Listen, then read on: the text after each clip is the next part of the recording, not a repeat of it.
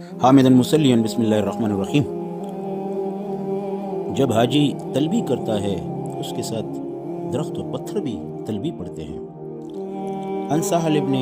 سعد رضی اللہ عنہ قال قال رسول اللہ صلی اللہ علیہ وسلم ما من مسلم یلبی الا لبہ من عن یمینہ وشمالہ من حجر او شجر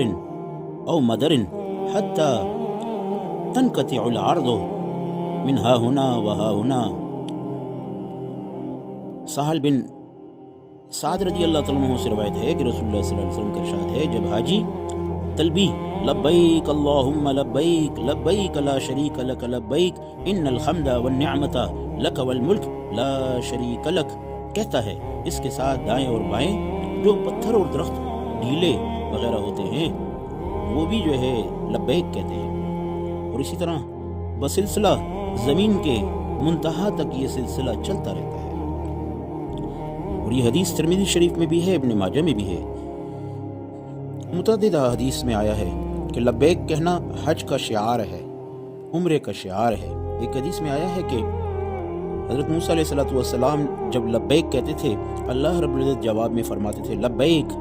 یا موسیٰ۔ کتنی بڑی بات ہے، حاجی کی ایک لبیک ہی نہیں، اس کی ہر چیز میں مستقل اجر اور فضیلت ہے۔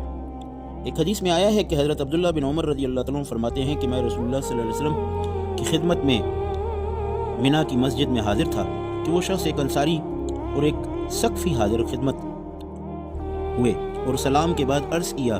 رسول اللہ صلی اللہ علیہ وسلم کو کہ ہم کچھ دریافت کرنے آئے ہیں۔ رسول اللہ صلی اللہ علیہ وسلم نے فرمایا تمہارا دل چاہے تم دریافت کر لو،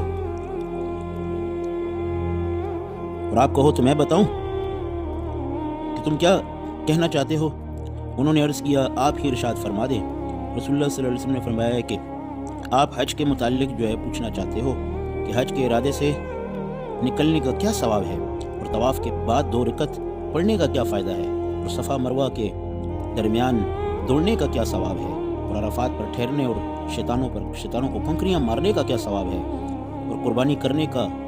اور طواف زیارت کرنے کا کیا ثواب ہے۔ انہوں نے عرض کیا کہ اس پاک ذات کی قسم اس نے آپ کو نبی بنا کر بھیجا، یہی تو ہم جو ہے سوالات پوچھنے آئے ہیں۔ رسول اللہ صلی اللہ علیہ وسلم نے فرمایا کہ حج کا ارادہ کر کے گھر سے نکلنے کے بعد تمہاری سواری اونٹنی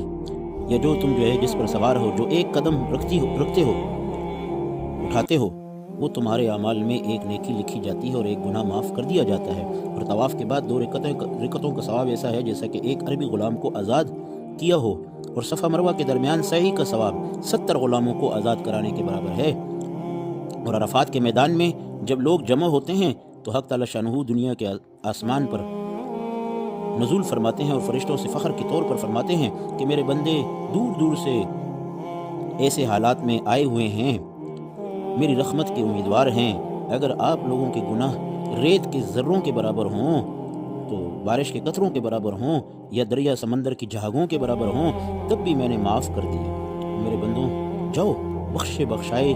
چلے جاؤ، تمہارے گناہ معاف ہیں، جن کی تم سفارش کرو گے ان کے بھی گناہ معاف کر دیے جائیں گے۔ اور فرمایا اس کے بعد رسول اللہ صلی اللہ علیہ وسلم نے کہ شیطانوں کو کنکریاں مارنے کا حال یہ ہے کہ ہر کنکری کے عوض جو ہے ایک مرتبہ ایک نوجوان نے ہر کنکری کے عوض پوچھا گیا کہ کیا ملے گا، تو ایک کہنے والے کو کہا گیا ایک نوجوان کو کہ کنکری کے بدلے میں ایک بڑا گناہ جو ہلاک کر دینے والا ہو معاف ہوتا ہے، اور قربانی کا بدلہ اللہ کے ہاں تمہارے لیے ذخیرہ ہے، اور احرام کھولنے کے وقت سر منڈانے میں ہر بال کے بدلہ میں ایک نیکی ہے اور ایک گناہ معاف ہوتا ہے۔ اس سب کے بعد جب آدمی طواف